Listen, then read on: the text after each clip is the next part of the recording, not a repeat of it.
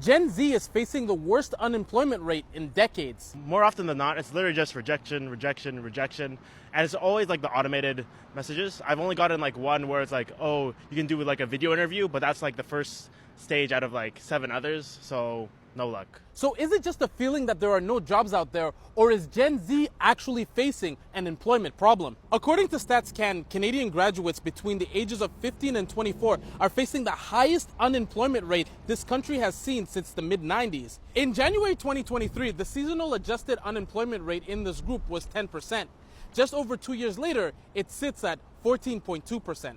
In Quebec, unemployment is below the national average, but it's still creeping up. There's a lot of uncertainty in the market right now. There's also an older generation of baby boomers who haven't left their jobs, but it's really the uncertainty in the market. And when you add inflation, the trade war with the US, and AI, it's created this environment of volatility and uncertainty. It really shouldn't be that way. You know, like you put 4 years into your education, you should be able to find at least like a good number of jobs within the field, but it's kind of limited. And so now the option is for a lot of students like me to do a master's or a PhD. The feds recently announced 6,000 more jobs for youth to attempt to help alleviate the job crunch. Even then, many are losing hope.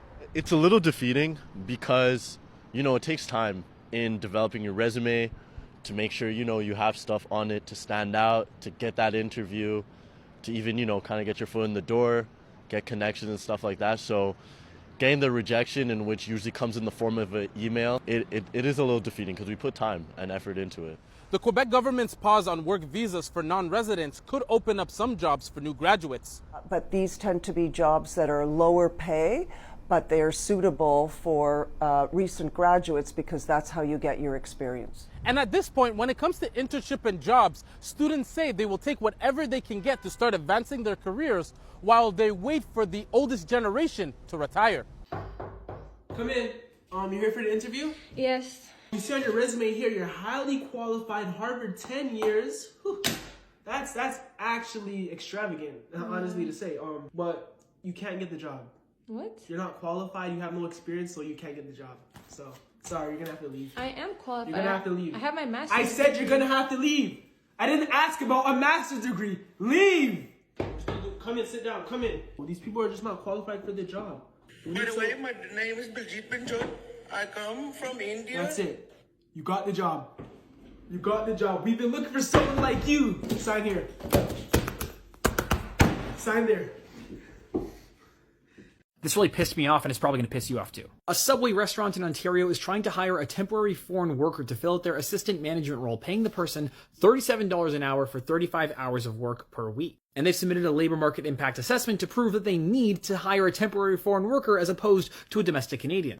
This is a blatant abuse of the system. You're telling me you could not find an Ontario citizen who was not qualified and willing to get $37 an hour for that job.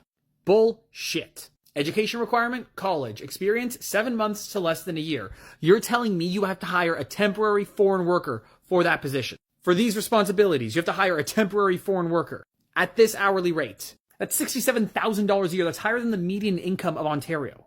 And yeah, Campbellford, Ontario is kind of out in the middle of nowhere. It's not in a highly populated area. But you're telling me there is nobody that was within like an hour drive of here that was qualified and willing to work that job? And this is why so many Canadians are getting upset about immigration and temporary foreign workers. These corporations are abusing this system and taking jobs away from people in Canada who would be willing to work those jobs. But when this system gets abused, when the government allows for it to be abused, when corporations abuse these programs, that creates unnecessary tensions in our society, taking away jobs from Canadians who would be willing to work that work, and also making people feel as though they themselves are less valuable. Somehow there was nobody in the area who could possibly work that job. So you have to bring somebody in from a different country who's not even a citizen here, not even an immigrant here, not even a domestic-born Canadian here.